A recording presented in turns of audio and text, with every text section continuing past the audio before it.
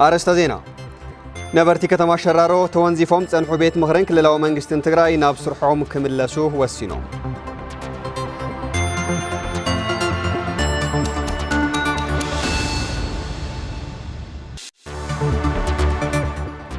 ሰብ ስራሕ ብልሒ AI በጂኖሳይዳዊ ኩናት ንዝዓነወ ትግራይ ቅልጡፍ ዳግመ ህንጸት ንምምጻእ ሓጋዛይ ከም ዝኾነ ዩኒቨርሲቲ መቐለ ሓቢሩ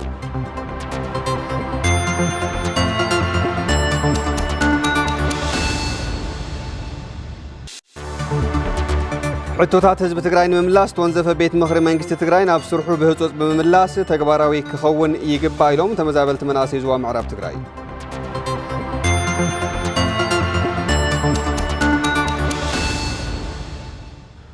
ሰላም ይጥዕና ይበልና ክቡራት ተመልከቲ ቴሌቪዥን ትግራይ እንሆ ንሰዓት 1 ናይ ዝዕለት ዜናታት ሒዝና ቀሪብና ኣለና ዜናታት ሰዓት መምርሓ ነስፋዝ ከዓስበይ ብብራይ ምልክት ቋንቋ ዓለም ፀሃይ ሓጎስ ምስ መላሰብ ሙያ ስቱዲዮ ቴሌቪዥን ትግራይ ምሳም ጻንሕት ክለወና እዩ ክሳብ መወዳእታን ምክትታልኩም ዓዲመ ናፍቲ ፈለማይ ዜና ክሰግር በህዝቢ ዝተመረጸ ቤት ምኽሪ ትግራይ ናብ ስርሑ ክምለስ ብማእኸላይ ኮሚቴ ህዝባዊ ወያነ ሓርነት ትግራይ ዝሓለፈ ውሳነ ብሙሉእ ድምጺ ብምጽዳቕ ንተግባራውነቱ ከም ስርሑ ነባራት ዓቕሚ ከተማ መቐለ ፍሊጦም ብርሃነ መስፍን ዘራሪብዎም ኣለዉ ነባራት ዓቕሚ ከተማ መቐለ ማእኸላይ ኮሚቴ ህወሓት ተወንዚፉ ጸንሐ ቤት ምኽሪ ናብ ስርሑ ንኽምለስ ዝሓለፈ ውሳነ ኣመልኪቶም ዘትዮም እቲ ውሳነ ከም ዝድግፍዎን ተግባራውነቱ ከም ዝሰርሑን ድማ ተሳተፍቲ እቲ መድረኽ ይገልጹ 2.8 ሚሊዮን ዝኣክል ሰብ ድመረጾ ነባር መንግስትና ናብ ቦቱ ክምለስ ነይሩ እና ክልል ቤት ምኽሪ ክምለስ ምንም ጥያቄ የውሊ ድርድር የውሊ ክምለስ ነይሩ ትክክለኛ ጊዜ ዝተፈጸመ ትክክለኛ ውሳኔ ህዝብ ትግራይ ዝደልዮ ኢዳ ይወስድ ማለት ይከውን ከ ንዚ ዘርክብ ትናኖ ከተሓይደ ኣሳቲፍካ ግቡእ ቃልሲ ጌርካ ክስዓር ይዘለዎ ዝንዮ ካይዳ ተጋሩ ድምቀትና ሓድነትና ጥራሕ ንጽበዮ ምምሕዳር ወይ ደሞ ቤት ምኽርና ናይ ልዕልነት ሓቂ ክምልሰልና ተፈናቐልትን ላዕላውነትናን ውሕስ ክገብረልና كلهم زفرسوا توظيفهم زلوا حقتاتن أما علقهم كله زي لا يهزم حتى أيو خزي كنا انتحتيتو ورد على أيو زوال أيو أبي على أيو بيت مخرطاتنا أي فرسان يشام أيان باجتي بيجت أيان أي فرسان إنتوا تعقدوا رزقنها بيت مخرنا كل البيت مخرجن نابوتو إملاس كنتيبا كتما مقالة دكتور ردع برها بقدوم بيت مخرنا بسروح نخملس توصلنا لمخنيات حزب تግራይ أتي وكاب زلو دلها متكسا قرزخ المؤخل منقستي بمعلم كم زخونا يبرهو بيت مخرنا نابوتو إيميل اسمه بيت مخر خعا نمؤخل النت نايوعلو حقي نايوعلو أواج دنبتات ممرحتات توصيو إذا حزب زكاو صاقم يساقو الرؤية نزي زكاة تحقفاي زخونا كابينة ويدما صرح فصامي كطايا يشلو እዩ ተንፈጽመው ኣብቲ መድረኽ ዝተረኸቡ ሓላፊ ውዳበ ህዝቢ ከተማ መቐለ ኣይተ ዮሐንስ ኪዳነ ማርያም ብግዶም መንግስቲ ኢትዮጵያ ዕድመ ስልጣን ግዚያዊ ምሕዳር ትግራይ ንሓደ ዓመት ክነዋሕ ዝወሰነሉ ምኽንያት ጽንተት ህዝቢ ትግራይ ንምቕጻል ምዃኑ የብርሁ ኣብ መንገድነት ኾ ግዜ ቆጢብና ከምና ማዕራሪ ዝግበአና ማዕራሪና ዝተማእኸለ መንግስቲ ሃሊና ናይ ህዝቢ ስልጣን ኤክሰርሳይዝ ዝግበረሉ መድረኽ ሃሊና ብስተማእኸሉ ሕግታት ተመሪሕና መኸተና ክንዕውት ዝተቐመጠ መፍትሒ እቲ 2012 ጳጉሜን ብኣስታት 2.8 ሚልዮን ዝተመረጸ ቤት ምኽሪ ናብ ቦትኡ ይመለስ ክመለስ እንተሎ ናይ ሓይሊ ሰብ ምጉዳል ክህልዎ ይኽእል ባዕሉ ብዘውፅኦ ሕጊ ይማላ 50 ክድምሮ ሓደ ተሳተፍቲ ናይቱ ቤት ምኽሪ ጉባኤ ሒዙ ህዝብ ዝተውሃቦ ስልጣን ኤክሰርሳይዝ ክገብር ፈጻሚ ከጣይሽ ይኽእል እዩ ነበርቲ ከተማ ሸራሮ ህዝባዊ መንግስትና ንመኸተና ብዝብል መርሕ ሓሳብ ኣብ ዘካየድዎ ህዝባዊ መድረኽ ተወንዚፎም ዝጸንሑ ቤት ምኽርን ክልላዊ መንግስትን ትግራይ ናብ ስርሖም ንኽምለሱ ወሲኖም ዲማ ማረ ዝላሆ ጸብጻቢው ኤፍሬም ገብረኺዳን ወሊድዎ ኣሎ ነበርቲ ከተማ ሸራሮ ህዝባዊ መንግስትና ንመኸተና ብዝብል መርሕ ሓሳብ ተወንዚፎም ዝጸንሑ ቤት ምኽርን ክልላዊ መንግስቲ ትግራይን ናብ ስርሖም ክምለሱ ንዝቐረበ ውሳነ ጠሚቱ ዘተ ኣካይዶም تزتمحلالفه وسانه تخكلنيان واناون مخانو زغلصو نبرت ختما شرارو بغدام نتفጻምነቱ አብዘህሉ መንቀሳቀስውን ንጡፋት ተሳተፍት ከም ዝኾኑ አረጋግጸም ባይቶ ደን ሙለስ ዝብል እንዳና ሕቶ ብስል ብጨብጨባውን መተገለጸ ነይሩ ተቀቢልናን ዘት ዘለና መማረጽ ዘይብሉ መድረኽ እዩ ቤት ምኽርና ከመለሰሎ ስርዓት ናፍቲ ናይ ቀደም ናፍቲ ዝመረጽና ብምምላሱ ብጣዕሚ ሕጉስ እዩ አውዚ ቅቡል የገረ ማእኸላይ ኮሚቴና ሕጅውን ውድብና ከም ምግባርኩም ዝመረጽና መንግስትና ቦቶ ምሕላፉ ጽቡቕ ይሞ ንሕናውን አጎንኩም ኣለና ነቲ መድረኽ ዝመርሑ አባል ማእኸላይ ኮሚቴ ሕወሓት ዶክተር ጸጋይ ብርሃነ እቲ ውሳነ ውድብ ሕወሓት አድላይነቱ ብዕምቀት ገምጊሙ ከም ዝሓዞ ብምዝኽኻር ዘጋጠሙ ኩሉ መዳየው ጸገማት ንምፍታሕ ዘኽእል ምዃኑ አብሪሃም ተወንዚፉ ዝነበረ ቤት ምኽርና እንተ ተመሊሱ ኢና መዋጽኦ ንረክብ እምበር ብቲ ዘለዎ መንገዲ እንተኸይድና ግን ካብ ሽግር ናብ ካልእ ሽግር እናተደራረበና ካብ ጸገም ኣይንወፅን ከይድና እውን ካብ ምብታን ኣይንድሕንን ሶ ቤት ምኽርና ናብ ቦትኡ ምምላሱ ዶንጊ ዩንያ ቅድም ኢልካ ክውሰን ነይሩዎ ዝብል ርኢቶ ዝቐረበ ምዃን የወሲደ ቤት ምኽሪ ምህላው ብመሰረቱ ብዙሕ ሽግራት እዩ ዝፈትሐልና እሞ እቲ ዝበልኩምዎ ነገር ተቐቢልካ ምኽያድ ይጠቅም እዩ ኢለ እየ ዝወስድ ከንቲባ ከተማ ሸራሮ ኣይተ ገብረ ሕይወት ገብረ ዮሐንስ በወገኖም ብውድብ ሕወሓት ዝተዋህበ ውሳነ ንጠለባት ህዝቢ ትግራይ ንምምላስ ዘኽእልን መኸተ እንትህሉ ድማ ተጻዋሪ ዓቕሚ ዝፈጥር ምዃኑ ኣረዲኦም ነቲ ውድብና ህዝባዊ ወያነ ሓርነት ትግራይ ዘበገሶ ተወንዚፉ ዝጸንሐ ቤት ምኽርና ናብ ቦቱ ይመለስ ዝብል ውሳነ ሓሳብ ቅቡል ዝገብር ግን ከዓ እዚ ውሳነ እዚ ኣብ ተጋባበሩ ይኹን ኣብ ኣፈጻጽሙ ዘሎ ስጋኣትን ኣብ ኣፈጻጽሙ ነተጋባበሩን ዘሎ ናይ ግዜ ጉዳይን እዩ ሕቶታትን ጠለባትን ኣልዒሉት ህዝቢ ስለዚ እቲ ካልኣይ ጽቡቕ ዝገብሮ እዚ መድረኽ ነቲ ናይ ውድብና ህዝባዊ ወያነ ሓርነት ትግራይ መበገሲ ሓሳብ ዝቐረበ ውሳነ ድጉፍ ዝገብር ብዙሓት ርእቶታት ዝተዋሃቡ ምዃኑ እዩ ብፍላይ ብናይ ምዕራብ ተወከልቲ ዝቐርብ ዝነበረ ርእቶታት ከዓ ናይ መወዳእታ ሚይጥና ክኸውን ኣለዎ ደጊም ኣብ ተግባርን ኣብ ውፅኢትን ክንራኸበለና ዝብል ነቲ መድረኽና ዝያዳ ኣጽንዖት ዝሃበን ነቲ ዝቐረበ መበገሲ ዘጠናኽር እዩ ጽቡቕ ርእቶታትን ሓሳባትን ተዋሂቡ ዝብል ካልኣይ ርእቶ እዩ ዘለኒ እቶም ነበርቲ በቲ ውድብ ተዳልዩ ዝቐረበ ሰነድ ብዕምቀት ድሕሪ ምዝታይ ሙሉእ ድጋፍ ብምሃብ ቅብል ገይሮም ሰብ ሰርሖ ብልሒ ኤአይ ብጀኖሳይዳዊ ኩናት ንዝዓነወት ትግራይ ብቕልጡፍ ዳግመ ህንፀት ንምምጻእ ሓጋዛይ ከም ዝኾነ ዩኒቨርሲቲ መቐለ ሓቢሩ እቲ ዩኒቨርሲቲ ሰብ ሰርሖ ብልሒ ኤአይ ንዘላቒ ልምዓት አፍሪካ ብዝብል መራሒ ሓሳብ ዓለም ለኸ ዋዕላ የሳልጠሎ ኤፍሬም ረዳዩ ተኸታቲልዎ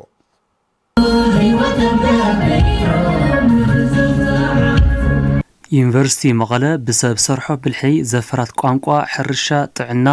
ትምህርቲ ፋይናንስ ሰላምን ምምሕዳር ንምጥንኻር ዝዓለመ ዋዕላ ሳሊጡ ሰብ ሰርሖ ብልሒ ወይ ከዓ አርቲፊሻል ኢንተለጀንስ ብጀኖሳይዳዊ ኩናት ንዝዓነወት ትግራይ ቅልጡፍ ዳግመ ህንፀት ንምምጻእ ሓጋዛይ ከም ዝኾነ ድማ ምክትል ፕሬዚደንት ዩኒቨርሲቲ መቐለ ዶክተር ኢያሱ ያዘው ይሕብሩ እዛ ትግራይ ببوزح من قدي لسعنته نجر اللوا بفاينانس لسعنته نجر اللوا بإنستيتوشنال سيستم لسعنته نجر اللوا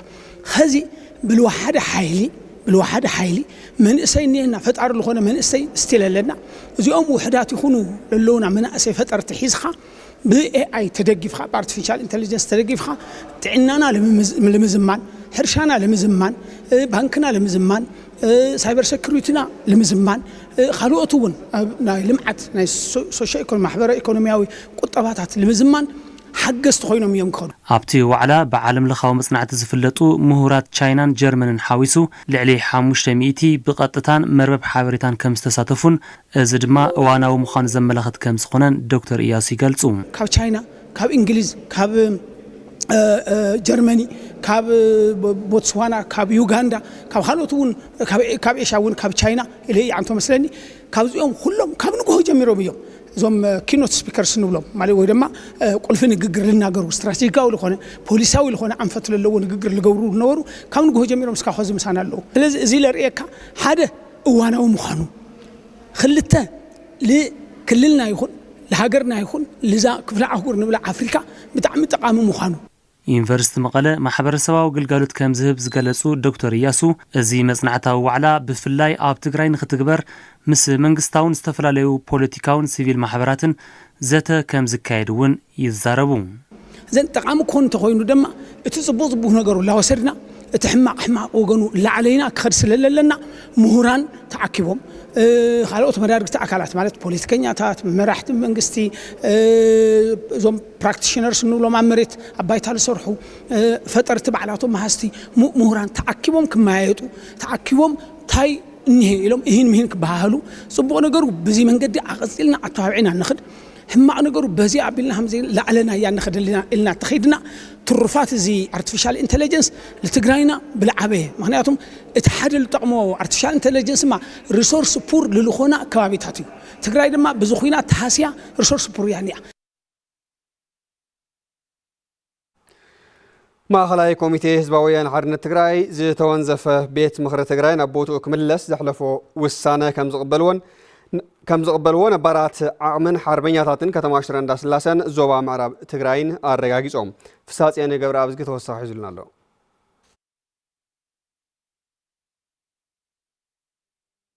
በአባላት ማእኸላይ ኮሚቴ ህወሓት አይተ ይትባረክ ከማሃ ዋና ማሕዳሪ ዞባ ምዕራብ ትግራይ አይተ ግደያ ዘናውን ከንቲባ ከተማ ሽረ እንዳስላሰ አይተ ገብረ መድህን ዮሐንስና ተመርሐ ኣብ ከተማ ሽረ እንዳስላሰ ኣብ ዝተኻየደ መድረኽ ተሳተፍቲ ዝነበሩ ነባራት ዓቕምን ሓርበኛታትን ከተማ ሽረ እንዳስላሰን ዞባ ምዕራብን ማእኸላይ ኮሚቴ ህወሓት ተወንዚፉ ዝጸንሐ ቤት ምኽሪ መንግስቲ ትግራይ ናብ ስርሑ ክምለስ ኣብ ዘሕለፈ ውሳነ ብምዝታይ ከም ዝቕበልዎ ኣረጋጊጾም ብመንጽር ህዝቢ ትግራይ ዝኸፍሎ መስዋዕቲ ኣብ መራርሓ ዘሎ ተርእዮ መንፈስ ገላይነት ግና ትኹረት ክግበረሉ ይግባእ ኢሎም ናይ ባዕሉ ቤት ምኽሪ ኣጣይሹ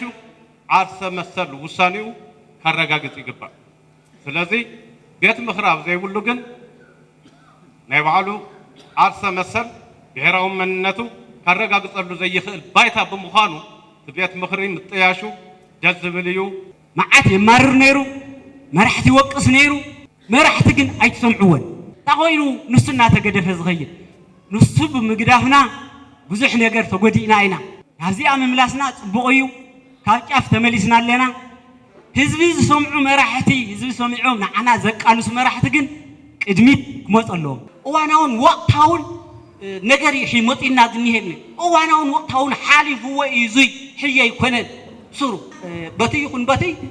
ስኺ ካይምወትን ጥራሕ ንስኻት ተመዓራረ ኢልና መረፃ ንምክያድ ኣብ ኣጸጋሚ ኩነታት ኣለና ዝበሉ ኣባል ማእኸላይ ኮሚቴ ህወሓት አይተ ይትባረክ ከማሃ ጸገማትና ክንፈትሕ ተወንዚፉ ዝጸንሐ መንግስትን ቤት ምኽርን ትግራይ ናብ ስርሑ ካብ ምምላስ ወጻኢ ዝሓሸ ኣማራጺ የለን ኢሎም ሁሉ ነገር ወሰናዮ ውሳነውን ተግባራዊ ከይኸውን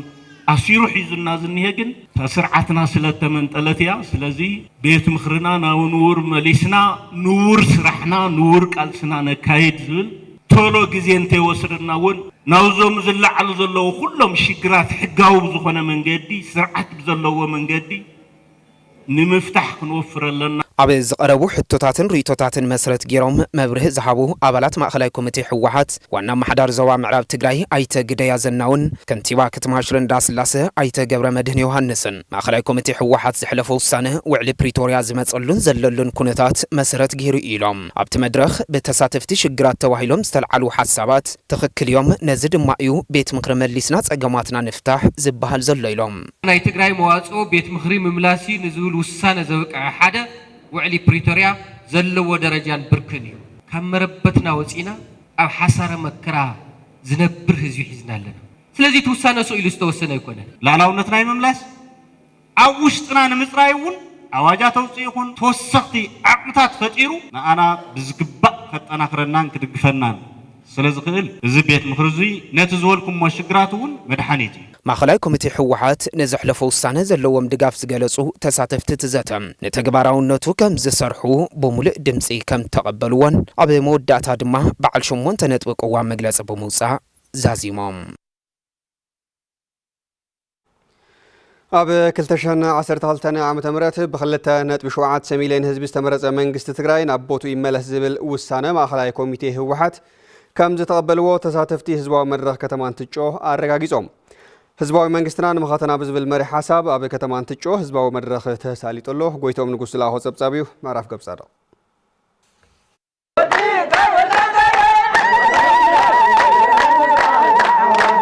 ህዝባዊ መንግስትና ንመኸተና ብዝብል መሪ ሓሳብ ኣብ ከተማ አንትጮ ውሳነ ማእከላይ ኮሚቴ ሕወሓት ዝድግፍን ተወንዚፉ ዝነበረ ቤት ምኽሪ መንግስቲ ትግራይ ናብ ስርሑ ንኽምለስ ዘሕልፎ ውሳነ ዘጠናኽር ሰፊሕ ህዝባዊ መድረኽ ተሳሊጡ ኣብቲ ብዝኽሪ ሰማዕታት ዝፈለመ መድረኽ ዝተረኸቡ ኣመሓዳሪ ዞባ ማእከል ትግራይ ተጋዳላይ ሽሻይ ግርማይ እቲ ተታሒዙ ዘሎ ዛዕባ ካብ ካልኦት ፍልይ ዝበለ ምዃኑ ብምግላጽ መንግስቲ ኢትዮጵያ ንውዕሊ ፕሪቶርያ ብምፍራሱ ስዒቡ ከም ህዝቢ ሓበራዊ መፍትሒ ክነናድየሉን መልክዕ ክነትሕዞን ኣበርቲዕና ክንሰርሕ ይግባእ ኢሎም ወሲኾም ድማ ማእከላይ ኮሚቴ ሕወሓት ንዘመሓላለፎ ውሳነ ዕልባት ዝገብረሉ ባዕሉ እቲ ህዝቢ ብምዃኑ እዚ መድረኽ ኣገዳሲ ምዃኑ ይረድኡ ንኽትግበርን ዘይክትግበርን ዝውስን ህዝቢ ስለ ዝኾነ ሎማዓንቲ ብብርኪ ክልል ንኹለን ኣብ ዝኽልል ዝርከባ ወረዳታት ናይ ህዝቢ መድረኽ ክግበር ተወሲኑ ኣብተን ከተማታት ከዓ ብቐጥታ ማእከላይ ኮሚቴ ክመርሕን ብኻልኣይ ብርኪ ካብ ዝሰምዕ እቲ ህዝቢ ብቐጥታ ክሰምዕ ኣለዎ ተባሂሉ ነዚ መበገሲ ሓሳብ ናብ ህዝቢ ቀሪቡ ህዝቢ ተኻቲዑ ህዝቢ ዝመሰለ ክውስን ኢና ሎማዓንቲ ኣብ ቅድሚኹም ተራኺብና ዘለና ኣብቲ መድረኽ ዝተሳተፉ ነበርቲ ከተማ አንትጮ ወገኖም መንግስቲ ትግራይ ናብ መረበቱ ክምለስ ዝገብር ባዕሉ እቲ ህዝቢ ምዃኑ ብምግላጽ ንውሳነ ሕወሓት ሙሉእ ደገፎም ዝሃቡ ኮይኖም ብተወሳኺ ድማ ይብሉ እቲ ውሳነ ተቐቢልካ ተመዛበልቲ ኣብ ምምላስን ግዛእታዊ ሓድነት ትግራይ ኣብ ምርጋጽን ትኹረት ተገይሩ ክስራሕ ከም ዝግባእ ይዛረቡ እቲ ደም ከፊልና ዝመረጽናዮ ሕጋዊ ቤት ምኽሪ ቀልጢፉ ብዘይ ሽርፍ ምርፍ ብዘይ ድንጉይ መንጉይ ጉይ ናፍታ ቦትኡ ዳይ መረሰልና ኣብ መስመርና ኢና ህዝብ መስመር ኣሎ መሪሕነት ውናይ ግን ኣብ መስመርኩም ኩኑ ኣባኻትኩም ይወዝለቕለቕ ዝረአ ዘሎ በደል ንውልቀ ሰብ ይኹን ህዝቢ ይትረፍ ተፈናቀልና መተው ገዝኡ ሰውና መተና ተጨፍጨፈ ሃንግና ተዓፀ ስለዚ እንታይ ኢና ንገብር ዘለና ዝብል ትውድኡ እውን ህዝቢ ጠንኪሩ ናብ ህዝቢ ወሪዱ ክግበር ዝኽእል ይግበር ስለዚ ንዚኣ እንተዘይመኪትናዮ ኣብ ሽግሪና ንወድቕ ምክር ቤትና መሪፅና ሓዲርና ብኡ ኢና ንመሓደር ሒዙን ክምለስ ኣለዎ መሬትናን ህዝብና ናብ መረበቱ መሊስና ኣብ ቀጻሊ ከዓ ንዓና ዝኸውን መን ኢልና ንመርፅ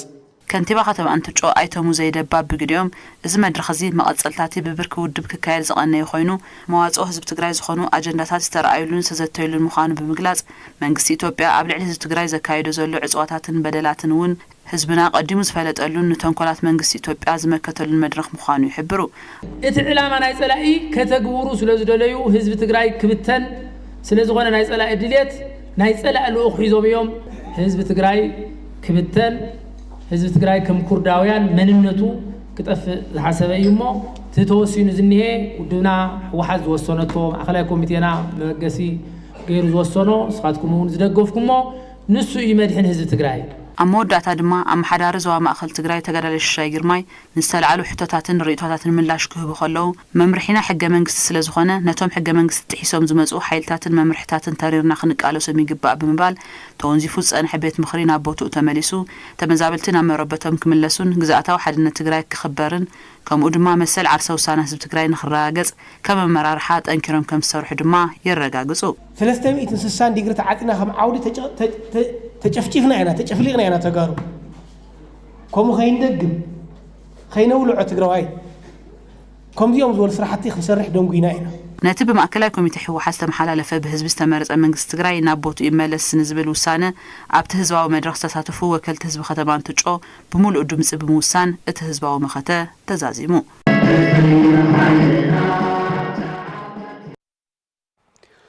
ውሽጥን ደገን ዝተሰየመ ሓዱሽ ሲትኮም ድራማ ቋንቋ ትግርኛ ኣብ ቀረባ መዓልታት ንምርኢት ክበቅዕ እዩ በምትሕባር ቴሌቪዥን ትግራይ ሸባ ኢንተርቴይንመንትን ዘርኢ ፒክቸርስን ዝተዳለወ ሲትኮም ድራማ ውሽጥን ደገን ሚያዝያ 1918 ዓ.ም ኣብ ኣዳራሽ ሓወልቲ ሰማዕታት ተመሪቑ ኣሎ ሃፍታይ ባህረ ዘዋደዱ ጸብጻብ ጸጋይ መኮነን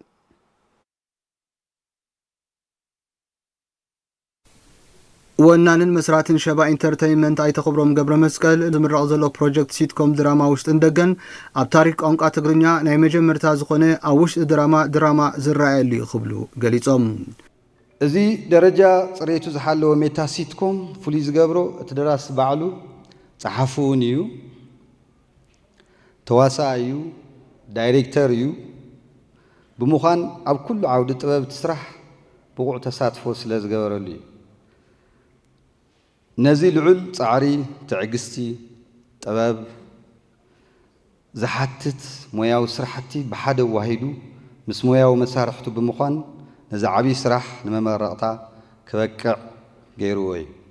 ደራስን ዳይሬክተርን ሜታ ሲትኮም ድራማን በዓል ዋና ዘርኢ ፒክቸርስን ኣታኽልቲ ነጋ ቦጎኖም ኣብዚ መድረኽ ጥበብን ስነ ጥበባውያንን ከም ዘመረቑ ብምግላጽ ንሸባ ኢንተርቴይንመንት ቴሌቪዥን ትግራይን ንኹሎም ዝሓገዝዎም ብምምስጋን ውሽጥን ደገን ማለት ውሽጥናን ደገናን ዝገልጽ እሞ ውሽጥናን ደገናን ነሳኒ ክብሉ ተማሕጺኖም ውሽጥናን ደገናን ኩሉ ሻዕ ስለ ዘስተሳነየ ሽካ ኸዚ ትግራይ ሰዓረቲ በቃ ውሽጥና ኻሊ ደገና ኻሊ ናኾነ ማለት እዩ ውሽጥናን ደገናን ማለት ናይና ውሽጥን ደገናን እዩ እስቲ ውሽጥናን ደገናን ናራእና ድሕሪ ሕዚ ግን ትግራይ ተስፋ ሰንቀሉ ትግራይ ላብዛ ዓበየ ሰላም ትሻገረሉ ዓውዪ ግን ድማ ፍልይ ዝበለ ስታይል ቅዲ እዩ ሜታ ሲትኮም ማለት ዳይሬክተረት ፕሮሞሽን ቴሌቪዥን ትግራይ ኣይተ ተኽለ ብርሃን ተኽለ ቦጎኖም ኤዲቶሪያልና 30 ሚታዊ ትሕዝትኡ መዘናግዒ ክኾን እዩ ዝብል ብሰንኪ ቁጠባን ካልኦት ፀገማትን ግን ነዚ ኽነተግብር ኣይከኣልናን ክብሉ ገሊፆም ሕዚ ነዚ ንምትብባዕ ግዜ ኣየር ሂምንያም ኣለና ንሶምን ጠንኪሮም ሰሪሖም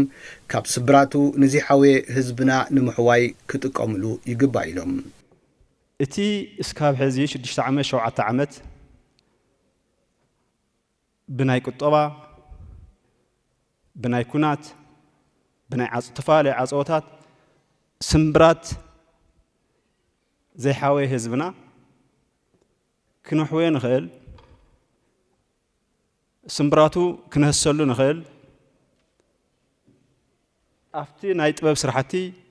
ኣስፊሕና ተሰሪሕና እዩ ሓላፊ ቢሮ ባህልን ቱሪዝምን ትግራይ ዶክተር ኣጽብሃ ገረዝጊሄር ብጊድኦም እዚ ብዙሕ ዝተደኸመሉን ተስፋ ዘለዎን እዋናዊ ኮሜዲ ባህላውን ወድዓውን ንጥፈታት ማሕበረሰብ ዝገልጽ ክእረሙ ዝግብኦም ጉዳያት ዝእረመሉን ፀገማት ዝፍትሐሉን ምዃኑ ብዙሕ ረብሓ ክህብ እዩ ኢሎም ረዚን ዓላማ ዘለዎ ብኣግቡ ህይወትና እናቐየረ መንነትና ተኸሊዑ ንኽወፅእ ናይ ብዙሓት መናእሰይ ስራሕ ዕድል እውን ኣብ ምፍጣር ልዑል ዝኾነ ረብሓ ዘለዎ እዩ ክብሪ ይግባአኩም ነከምዚ ዝመሰሉ ሓገዝቲ ክሰባሰቡ ምክንያት ዝኾንኩም እዚ ስራሕ ወጢንኩም ኣብዙ ዘውፃሕኩም እውን ክብሪ ተዓደሉ ናይዚ ፕሮግራም ተጠቀምቲ ዝኾንኩም ተመረቕቲ እውን ፅባሕ ነናይ ባዕልኹም ብቁፅርኹም ትካላት ክትምስርቱ ዕድል ክፈጥረልኩም ይኽእል እሞ ተረኸብኩሞ ዕድል በኣግባቡ ክትጥቀሙን ናይ ባዕልኹም እጃም ክትዋፅእ ብዘጋጣሚ እዚ ሓደራ ክብል ይፈቱ ኣብቲ ስነ ስርዓት ምረቓ ሲትኮም ንሰብ ሞያ ኺነ ጥበብን ኣብቶም ስራሕቲ ብፅሒት ንዝነበሮም ኣካላትን ድማ ኣፍልጦን ሽልማትን ተዋሂቡ ሲትኮም ድራማ ውሽጥን ደገን ሚያዝያ 19 ዘይኮነ ሚያዝያ 18 2018 ዓመተ ምህረት ከም ዝተመረቐ በዚህ ክስተኻኸልና እንደሊና ኣብ ዝወፅል ዜና ክሰግር ሕቶታት ህዝቢ ንምምላስ ተወንዘፈ ቤት ምኽሪ መንግስቲ ትግራይ ናብ ስርሑ ብህፁፅ ብምምላስ ተግባራዊ ክኸውን ይግባእ ኢሎም ተመዛበልቲ መናእሰይ ዞባ ምዕራብ ትግራይ እቶም መናእሰይ ነቲ ማእኸላይ ኮሚቴ ውድብ ህዝባዊ ወያነ ሓርነት ትግራይ ዝሓለፈ ውሳነ ብሙሉእ ድምፂ ኣጽዲቖም ኣለዉ ራሄል ኣርጋዊ ህዝባዊ መንግስትና ንመኸተና ብዝብል መራሒ ሓሳብ ካብ ኩለን ማእኸል መዕቆቢ ተመዛበልቲ ከተማ መቐለ ዝተወከሉ መናእሰይ ዞባ ምዕራብ ትግራይ ውድብ ህወሓት ዝተወንዘፈ ቤት ምኽሪ መንግስቲ ትግራይ ናብ ስርሑ ክምለስ ንዝሕለፈ ውሳነ መሰረት ገይሮም ዘትዮም ተሳተፍቲ ኣብ ዙርያት ውሳነ መልኪቱ ኣብ ዝቐረበ ጽሑፍ ብምዝታይ ንኣስታት 6 ዓመት ካብ መረበቱ ተመዛቢሉ ኣብ ዝኸፍአ ሓሳረ መከራ ዝርከብ ተመዛባሊ ናብ ዓዱ ክምለስን ዝተሓላለፉ ፀገማት ትግራይ ታሕን ዝተወንዘፈ ቤት ምኽሪ መንግስቲ ትግራይ ናብ ስርሑ ክምለስን ብህፁፅ ተግባራዊ ክኾንን ከም ዝድግፉ ይዛረቡ ብሰላሕታዊ ጽንተት ህዝብና ነፂት እዩ ስርዓት ኣልባርነት ሰፊኑ እምባገነን ሰፊኑ ናይ ውልቀ ሰባት ከም ድሌቶም ዝገብርዎ መሰል ዓርሰ ውሳነ ዘይረጋገፀሉ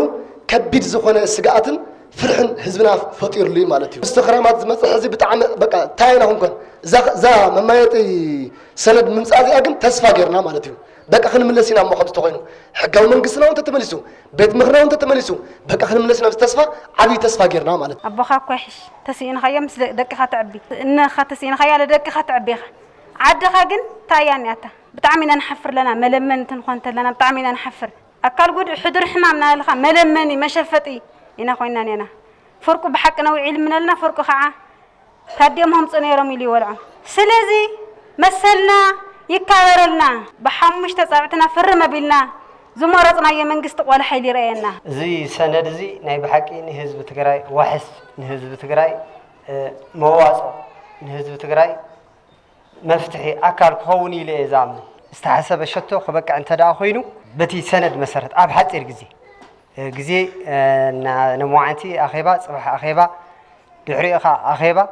دزي معلتي ندا سواها جزي نا قتلكا خوني يقول حزب تግራይ بفلاي حزب ዞባ ምዕራብ بسلحታው ጽንተት ንክጠፍ ይስራሓሉ ዝበሉ አተሓባሪ ተመዛበልቲ ዞባ ምዕራብ ክላስተር መቐለ አይተ እስጢፋኖስ ገብረ ክርስቶስ ተመዛበልቲ በእልጡፍ ናመረበቶም ንክምለሱ ከም ዝስራሕ ድማ ይገልጹ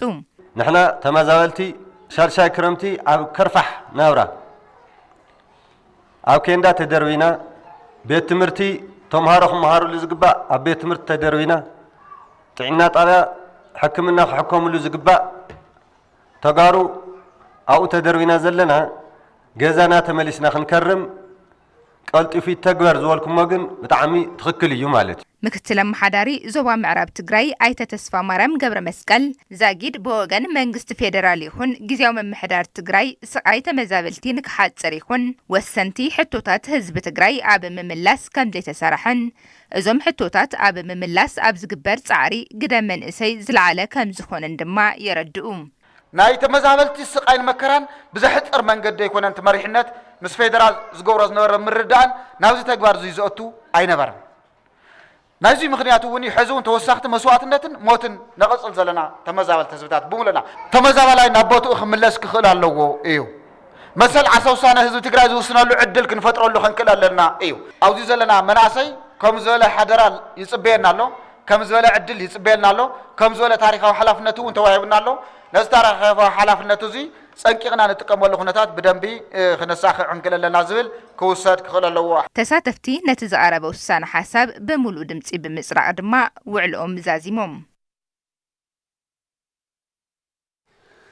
ህላውን ድሕነትን ህዝቢ ትግራይ ንምርግጋጽ ምምላስ ተወንዚፉ ዝጸንሐ ቤት ምኽሪ ትግራይ ኣገዳሲ ከም ዝኾነ ሰራሕተኛታት መንግስቲ ወረዳ ላዕላይ ማይጨው ገሊጾም እቶም ካብ ዝተፈላለዩ ኣብያተ ጽሕፈት ወረዳ ላዕላይ ማይጨው ዝመጹ ሰራሕተኛታት መንግስቲ ነዚ ዝገለጹ ማእኸላይ ኮሚቴ ህወሓት ህዝባዊ መንግስቲ ትግራይ ዘጣየሸ ቤት ምኽሪ ናብ ንቡር ስርሑ ክምለስ ዝወሰኖ ውሳነ መልኪቶም ኣብ ዘካየድዎ ዘተዩ ፍስሓ መዝገበ ዝለኣኾ ጸብጻቢው ምዕራፍ ገብረ ጻድቕ بوعلي بريتوريا ناب سلطان زمص غزياو محدار استوهابو لوخ كم زي فصمن كموصيتو دما لعلاو غزات تግራይ كم زي تراغص سقاي تمزابلتي እናገለደን ህዝብ ትግራይ ልማዓትን ሕወትን ሓሪምዎ ኣብ ከቢድ ስቃይ ከም ዝርከብን ዝገለጹ ተሳተፍቲ እትዘተ ነጸገም ንምፍታሕን መደብ መኸተን ምዕዋትን ተወንዚፉ ዝነበረ ቤት ምኽሪ ናብ ንሙር ስብርሑ ክምለስን ህዝባዊ መንግስቲ ክምስረትን ይግባእ ይብሉ ማእከላይ ኮሚቴ ህወሓት ዝወሰነ ውሳነ ብምሉእ ድምጺ ከም ዝድግፉ ዝገለጹ እቶም ሰራሕተኛታት መንግስቲ ንምጥያሽ ህዝባዊ መንግስቲ መሰረት ዝኾነ ቤት ምኽሪ ናብ ቦትኡ ክምለስ ኩሉ መዳወቃት ከም ዝገብሩ ይገልጹ ቤት ምኽሪ ተዘይሃልዩ የለና ንህልውና ቤት ምኽሪ ተዘይ ግን ሕገ ነውብና ኣብዚ ዘሎ ሰብ ኮ ጥራሕ ተፈናቀል ንብል ወግን ሰብ ተደኽም ኮይን ክንደይ ደቁ ባን ሂንዳ ካደ ምሸት ንጎንዘል ሞደም ኮ ባን ማን ይብሉ ወለው ታዲንኒ መማረጽ የለን ቤት ምኽርና ንምልስ ቤት ምኽሪ ተተመሊሱ ፈጃህረክብና ኣማቆሕቲ ዜናዊ ባርነት ይዝገዝአና ዘሎ ሕዝዚ ትዘለና ማራጽታ እዩ ግዚያዊ ምምሕዳር ሰላም ሃምጽዩ ኢልና ክንስማዕ ማዕና ኢልና ብውዕል ፕሪቶሪያ ተጣይሽሎ ናይ ዋዕሉ ዝተዋህኦ ዕማማት ክፍጽም ኣይከኣለን እቲ ሸተን እሱውን ክፍጽም ኣይከኣለን ክሰርሕ እውን ኣይከኣለን ናብ ዝገደደ ኩነታት ኣቲና ኣለና ካልእ ኣማራጽ እውን ስለዘይብልና ዝተቆለፍና ህዝቢ ሰዕ ዝኾንና ቤት ምኽሪ ይመለስ ህዝቢ ትግራይ መዋጽኡ ክፍሕር እትኽእል መንገዲታ ንቡር መንግስቲ ምምላሱ በህዝቢ 2.8 ዝመረጾ ህዝቢ መንግስቲ ቤት ምኽሪ ናብ ንቡሩ ክምለስ እዩ ክኸውን ዘለዎ ማለት እዩ ዋና መሓዳር ወረዳ ላዕላይ ማጨው ኣይተ የማነ ለገሰ ህልውናን ሓድነትን ህዝቢ ትግራይ ብዘላቕነትን ምርጋጽ ንመኸተ ዝመርሕ ህዝባዊ መንግስቲ ምስራት ወሳኒ ከም ዝኾነን ነዚ እውን ተወንዚፉ ዝነበረ ቤት ምኽሪ ናብ ንቡር ቦትኡ ክምለስ ኩሉ በብደረጁ ዝርከብ ኣካል ቃልሱ ክሕይል ከም ዝግባእ ይብርሁ ህልውናና ዘረጋግጸልና መሰል ዓርሰ ውሳነና ዘረጋግጸልና ነዚ ዕላማ እዚ ዘፈጽም ኣወዳድባ የለና ማለት ዝሓለፈ ተወዚፉ ዝጸንሐ ቤት ምኽሪ ናብ ቦቱ ይመለስ መንግስቲ ናብ ቦቱ ይመለስ እቶም ሰራሕታት መንግስቲ ነቲ ብማእከላይ ኮሚቴ ሕወሓት ዝተወሰነ ቤት ምኽሪ ትግራይ ናብ ንቡር ቦቱ ይመለስ ህዝባዊ መንግስቲ መስረት ዝብል ሰነድ ተመያይጦም ብሙሉእ ድምጺ ኣጽዲቖምዎ ውሳነ ማእከላይ ኮሚቴ ህወሓት ጸገም ህዝቢ ዘቃልል እዩ ክብሉ ተሳተፍቲ ህዝባዊ መድረኽ ነበርቲ ወረዳ ሳምረ ገሊጾም ተስፋይ ታደሰ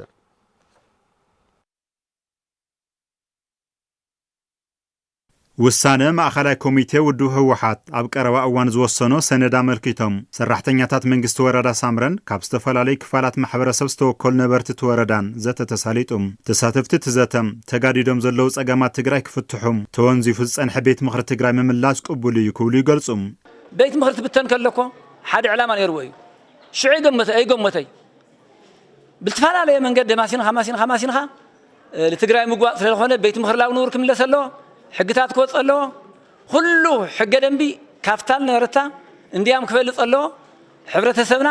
ክረጋጋዕ ኣሎ ተፈናቃላይ ብፍላይ ግን ላምበረቦት ክምለስ ኣሎ ከዚ ቤት ምኽሪ ይመለስ ክባል ከሎ ኣዋጃት ከድልይወዮም ደንብታት ከድልይወዮም መምርሒታት ከድልይወዮም ነዚ ብደንቢ ብቕልጣፈ ክስራሕ ክኽእል ኣሎ ካብኡ ታልትበሃል ለላ ፍትሒ ሰኣነ ሕብረተሰብ ወዲቑ ልቐሪ ነበረ ሕብረተሰብ ብሃንጊ ይኹን ብኻልኦት ነገራት ልውረር ለሎ ወርቃስ ግዛዓስ ላመረረት ለኣቱ ለሎ ሕጊ ለለዎ መንግስቲ እንድሕር ሃልዩ ምቁፅጻር ክመጽእ እዩ ውሕስና ህዝቢ ትግራይ መሊኡ ክረጋገጽ ሕዚ እውን ኣብ መርሕነት ዘሎ ኣካል ጸሩይ ክኸይድን ንትግራይ ዘውሕስ ስራሕ ክስራሕ ከም ዝግባእ እውን እቶም ተሳተፍቲ የገንዝቡ ኣብዚ ለለ መራርሒ እውን ብትኽክል ብቕንዕና ከገልግል የልህዝበ ይልብል ተሓሳስባ ክልውንዮ ኣመሓዳሪ ወረዳ ሳምራ ኣይተመዝገበ ጣዓመም ምምላስ ተወንዘፈ ቤት ምኽርን ትበሃል ሰለስቲኦም ኣካላት መንግስቲ ክህልውን ስርዓትን ልዕልነት ሕግን ዝረጋገጸሉ ይብሉ ብግዚያዊ ምምሕዳር ምጽናሕና ሕዝውን እንተኾነ እቲ ህዝባዊ ብህዝብና ዝተመረጸ ህዝባዊ መንግስትና ናብ ቦቱ መሊስና ምሕደራ ክህልየናን ሰለስቲኦም ናይ ሕጊ ኣካላት ሕጊ በውፅኢ ተርጓምን ፈጻምን ክህልውና ኣብ ንገብሮ ዘለና ቃልሲ መቐጸልታ ዝመድረኽ እዩ ኣመሓዳሪ ዘዋዶ ምራቕ ትግራይ ኣይተከለለ ሓጋዚ ውዕሊ ፕሪቶሪያ በቲ ዝተኣተወ ውዕሊ መሰረት ክፍጸም ኣይከኣለን ይብሉ ህወሓት ዘይተመያየጠሉ ግዝያዊ ምምሕዳር ኣናዊሐዮ ዝብል ብፌደራል መንግስቲ ዝተገልጸ ብውድብ ህወሓት ተቐባልነት ከም ዘይረኸበ እውን ኣይተከለለ የረድኡ እቲ ግዝያዊ ምምሕዳር ንሰለስተ ዓመት ጸኒሕና ዝተፈራረምናሉ ዝተረዳድናሉ 6 ወርሒ እንተነኣሰ ሓደ ዓመትን 6 ወርሕን ተዓበየ ካብ 6 ወርሒ ክሳብ ሓደ ዓመትን ፈረቓን ጻንሒት ይህልዎ ኣብ ጻንሒቱ ድማ ያው ተንዝብልናዮ ነጥብታት መሰረት ገይሩ ኣብ መወዳእታ ብህዝቢ ንዝተመረጸ ቤት ምኽሪ ምቹ ባይታ ፈጢሩ ከሰጋግር እዩ ነይሩ ሶዚ ከሰጋግረና ይኽኣለን ስለዚ ወርሒ መጋቢት ድሕሪ 3 ዓመት ንመበል 4 ዓመት ድማ በይናዊ ውድብና ህወሓት ከይተመያየጠሉ ከይተረዳድአሉ ንሓደ ዓመት ግዝያዊ ምምሕዳር ኣናዊሐየ ኢሉ ብሚድያታቱ ፈኒዩ ስለዚ ንሕና ኣይተቐበልናየን ኣብ 3 ዓመት ውሽጢ ብግዝያዊ ምምሕዳር ህዝቢ ትግራይ ዝተረኸ ነገር የለን ተወንዚፉ ጸንሐ ቤት ምኽሪ መንግስቲ ትግራይ ናብ ስሩሑ ክምለስ በዓል 6 ነጥቢ መግለጽ ቅዋም ብምውጻእ እቲ ዘተ ተዛዚሙ ህዝቢ ትግራይ ኣቲዎ ካብ ዘሎ ዓዘቕቲ ሕሰብ ናብራ ንምንጋፍ እንኮ መማረጺ ተወንዚፉ ጸንሐ ቤት ምኽሪ ትግራይ ናብ ቦትኡ ምምላስ ኢሎም ተሳተፍቲ ዘተ ነባራት ዓቕምን ሓርበኛታትን ከተማ ውቕሮ መራዊ ተስፋይ ዝለኣኾ ጸብጻብ እዩ ሃፍታይ ባህር ኣዋዲድዎ ኣሎ ህዝቢ ትግራይ ኣቲዎ ካብ ዘሎ ሕሱም ናብራ ንምንጋፍ ቤት ምኽሪ ብሄራዊ ክልላዊ መንግስቲ ትግራይ ናብ ቦትኡ እንትምለስ ኢሎም ነባራት ዓቕሚ ህዝባዊ ምልሻን ሃርበኛታትን ከተማ ውቕሮ ፕሪቶሪያ ውዕሊ ስለ ዝፈረሰ ዝነበረ መንግስትና ናብ ቦትኡ ይመለስ ክንብል ከለና ህዝቢ ትግራይ ላዕላዊ ግዝኣቱ ክረጋገጽ ኣለዎ ተፈናቐልቲ ናብ ቦትኦም ክምለስ ኣለዎ ኣብ ትግራይ ዳግመ ሕውየት ክካየድ ኣለዎ ኣጠቓላሊ ፖለቲካዊ ማሕበራውን ህይወት ህዝቢ ትግራይ ላብ ኑር ክምለስ ኣለዎ ማለት እዩ እቲ ዝነበረ ህዝባዊ መንግስትና ላቦትኡ ክምለስ ኣለዎ ግድንና ግድን እዩ መድሕን ህዝቢ ትግራይ እውን እሱ እዩ መንግስትና ናቦትኡ ይመለስ ቤት ምኽርና ናቦትኡ ይመለስ ህላዋና ይረጋገጽ መሬትና ይመለስ ተመዛበልትና ይመለሱ ዜን ካብ በኋላ ሓንቲ ህዝብና ብጥሜት ይሃልቅ ኣሎ አሁን ምንታይ ድና መስዋዕት ከፊልና ንማንም ሀገርና ይኾና ንክልልና ንመሬትና ሕጋዊ መንግስትና ላው ኖረ ይመለስ ሕጋዊ ቤት ምኽሪ ላው ኖረ ይመለስ ማለት ከዓ ትክክለኛ አካይዳ ስለዝኾነ ብትክክል እውን ተሕጊ ክበር ተኮይኑ ተህዝብ ክበር ተኮይኑ ግዛእታት ትግራይ ክረጋገጽ ተኮይኑ ተፈናቀልና ናብ ኖረን ቦታ ክምለስ ተኮይኖም ብትዝነበረ መንግስትና ብትዝነበረ ቤት ምኽሪ ተጣይሹ ብእውን ሕጋውነት ተማሪኡ ተኸይዱ እውን ትፍታሕ መጽ ግዛእታዊ ሓድነት ትግራይ ንምሓስን ተመዛበልቲ ወገናት ናብ መረበቶም ንምምላስን ዓቕምታት ትግራይ ምእካብ ከም ዝጸልብ ድማ እቶም ተሳተፍቲ ኣገንዚቦም መንግስትን ክልወና ከዓ ህዝቢ ኢድን ጓንትን ኮይኑ ከም ቀደሙ ኣብ መኸቶ ይኽተት እዩ ካሊ መማረጽ ብስሩ የብልና ስለዚህ ህዝቡን ሓድነትና ንጠንክር ህዝቢ ትግራይ ሓደ ንኹን መናእሰይ ወለዲ ኩልኻ ሓንቲ እንተንኸውን ናብዚ ኩሉ እዚ መጻባብ ክንኣቱ ስለ ዘይንኽእል ግዝያዊ የብቅዕ ሕጋዊ ዝኾነ ቤት ምኽርና ሕጋዊ ዝኾነ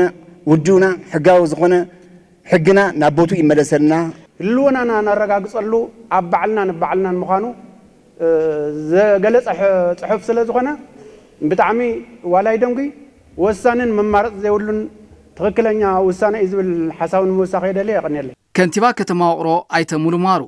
ውዕሊ ስምምዕነት ፕሪቶርያ ክትግበር ብዘይምኽኣሉ ህዝቢ ትግራይ ብሰላሕታዊ ጽንተት ይረግፈሎ ኢሎም ዘይተወደበ መሪሕነት ዘይብሉ ህዝቢ በቲኑ ከም ድላይ ክገብሮ ልዕሊ ኩሉ ኢኮኖሚና ኣድቂቑ ጽባሕን ጎሰን ሰኒልና ንዑ ግልጽ ኢልና ከም ዘይንሪእሉ ዘግብር ኣካይዳ እንዳኸደ ጸኒሑ ህዝቡን ዘሎ ህዝቢ እናበረሰ ህዝብኻ ካብ ሙማት ብላዕልታይ እንዮ መዓልቲ ኣብ ኬንዳ ኣትዩ ዝብ እንትበልዑ እንተሎ ህፃን ካብ ዝዓቢ ሞት ዶ ኣበየናይ ታሪክ ናይ ዝኾነ ህዝቢ ደለዮ ከም ዝበለ እስካብ ኩሉ እዚ ኮይና ወሪድና ዘለና ንህዝብና ወሓስ ክኸውን ዘይከኣልና ኮይና ደው ኢልና ኔና ስለዚ እቲ ዝቐረበ ሓሳብ ብጣዕሚ ወሳኒ እዩ ተሳተፍቲ እቲ መድረኽ ብህዝቢ ዝተመረፀ ቤት ምኽሪ ብሄራዊ ክልላዊ መንግስቲ ትግራይ ናብ ስርሑ ይመለስ ዝብል ውሳነ ማእኸላይ ኮሚቴ ውድብ ህዝባዊ ወያነ ሓርነት ትግራይ ብምሉእ ድምፂ ደጊፎም ነባር ቤት ምኽርና ነባር መንግስቲ ትግራይ ናብ ቦቱ ይመለስ ዝብል ብኢድ ኣረጋግጹለይ ብኢድ ኦኬ ኣውርዱ ተቃውሞ ዘለዎ ድምፀ ተኣክቦ ብምሉእ ድምፂ ጸዲቑ ኣሎ ኣሜን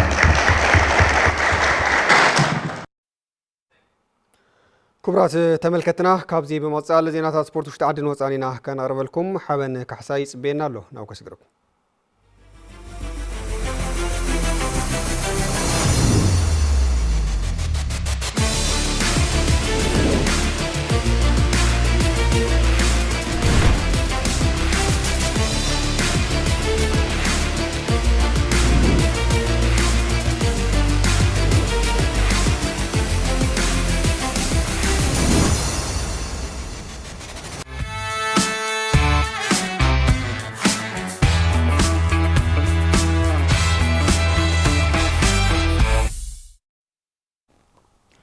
تناولنا تختاتلتنا كميت صنحو تسفاز قوين مسجن ناب فلما يزعوا سجيرا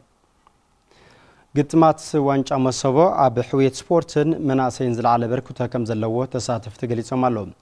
بتوساقي عب مفراي تكات تصاوتون لعلقده كم زلوه تقليت له برهان بينه كم سبق عربي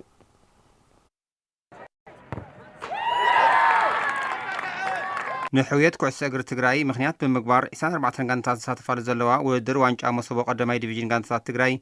بقعتهم كاب ممحياش بتوسخي أبقى على زجبر والدرات تصفاك حدركم زجبرهم تتصاوتي استفراريا غانتات تزاربو غصالي زاجاج خمس نحنا لغصالي تنكرها إن بقعت ملاشين خلي بتوسخ دما للغصل جوتا يوم مستخال عوي طمنيو زود درزس كازوم سنيرات اللوس لمدوسي الناس قصال عمل حشوت لوتنا على الدرجه ندياوي ውድድር ዋንጫ መሰቦ ቀዳማይ ዲቪዥን ጋንታታት ትግራይ መናእሰይ ናብ ስፖርት ክመጹን ጊዜኦም ኣብ ስፖርታዊ ምንቅስቃሳት ክሕልፉን ከም ዝሓገዞም ወሲኾም ይገልጹ። በተለይ ኣነ ወጣት ኣብ ስፖርት ዙርያ ዘለስ ኣናስ ዓብይ ነገር ስኩዕሸስ ለዛም ድንግዩ ተቃራጸ ገር ነርና ስለዚህ ካብ ዝዳደሮ ሓሽ ውድድር ክግበረና ይደል ጽቡቅ በተለይ ኣብ መናእሰይ ኣብ खाली ልከይርከብና ኣብ ሕማቅ ነገራት ሱሳት ነገር ልከይርከብ ሓምዚ ዓይነት ውድድር ዓመታዊ ውድድር ምዝግጃይ ስለለ ሰራዊት ሓጠሙኒዮ እቲ ውድድር ኣብ ሕውየት መናእሰይ ዕዙዝ ግደ ካብ ምብርካት ብተወሳኺ ሰላምን ሓድነትን ኣብ ምጥንኻር ርኡይ ተራና ህፃወቶ ምዃኑ ዘብርሁ ድማ ኣካቢ ኮሚቴ ቴክኒክ ፌዴሬሽን ኩዕሶ እግሪ ትግራይ ኮሎኔል ንጉሰ ኣየለን መራሒ ጋንታ ቀመር ልቕሓን ዕቋርን ገብረወድህን ግደይን እዮም። ጽቡቕ ናይ ምልዕዓል ኩነታት ፈጢሩ እዩ ብዋንኡ ግን ኣብ ትግራይ ጽቡቕ ስፖርተኛታት ክፈሩ ናይ ምግባር ኣብዚ ግጥማት እዚ ተሪእኻዮ ኣናእሽቲ ቆልዑ እውን ኣለዉ እዮም ንቐጻሊ ጽቡቕ ተስፋ ዘለዎም ኣብ ከምዚ ኩዕሾ ተጻወት ብቻ ተይኮነስ ደጋፍ ተመሳሳሊ ዝነልቦኑ ኣብ ኩዕሾ ናይ ስፖርት ሕውየት ትግራይ ክንቀሳቀስ ያው ተስፋ ንገብር ብከትለለው ሃይ ውድድር ዋንጫ መሰቦ ሰፊሕ ዝርግሕ ዘለዎ መርሃ ግብሪ ምዃኑ ዝሓበሩ መተሓባበሪ ውድድር ተሳትፎን ሕብረተሰብን ፌዴሬሽን ኩዕሶ እግሪ ትግራይ ኣይተኣለን ገብረ እግዚአብሔር ተስፋ ትግራይ ዝኾን ተጻዋቲ ዝተርኣየሉ ውድድር ምዃኑ ይገልጹ። እቶም ናይ ውሽጢ ተጻዋትና ኣብ ማሕበረሰቦም ኣብ ህዝቦም ኣብ ሜዳኦምን ካብ ሜዳኦም ወፃን ዘሎ ምንቅስቃሳት ዕዙዝ ዝበሃል ምንቅስቃስ ዝረአናሉ ጽቡቕ ተስፋ ትግራይና እውን በዚ ቀፂላ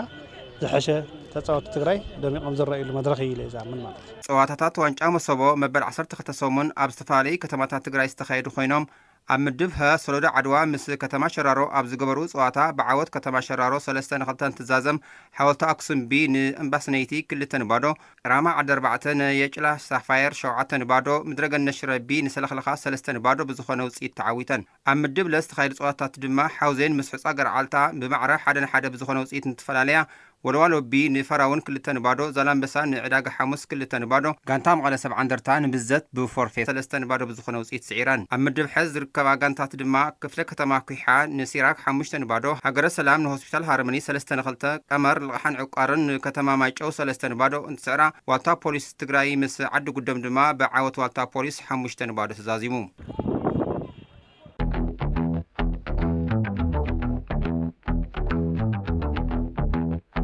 عرف جرس غير مس سبورت تلفزيون تግራይ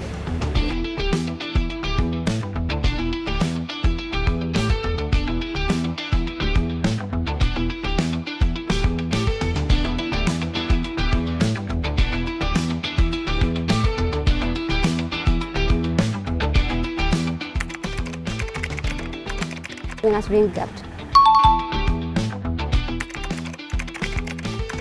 طعم تحوس كل معالتي افريكا شامبيون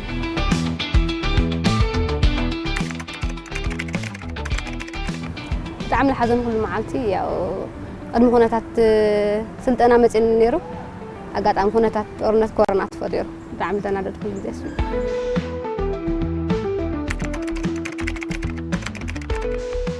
ኦኬ አርሴናል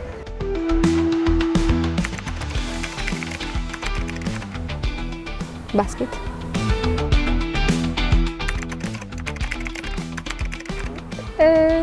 ማለት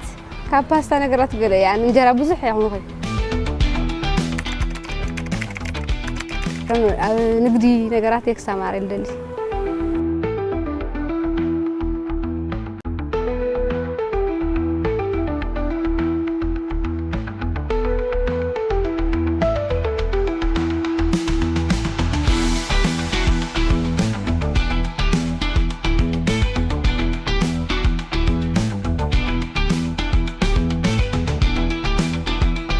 عرف جرس غير مس سبورت تلفزيون تግራይ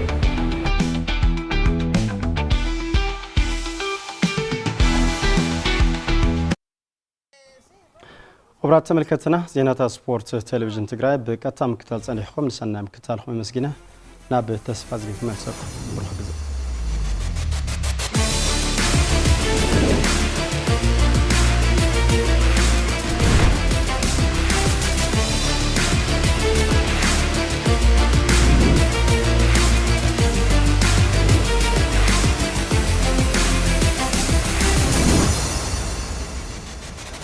كبرات تملكتنا زينات سبورت زلت زربلنا مسارحتنا حابن كحساي أمسجينا زينات زلت هاوزي كن بت مساهم سنة حوان صفاز قاسبي بملامل تقام قالم ساي حقوس بسم الله سمي أشتري تلمتغير نيرو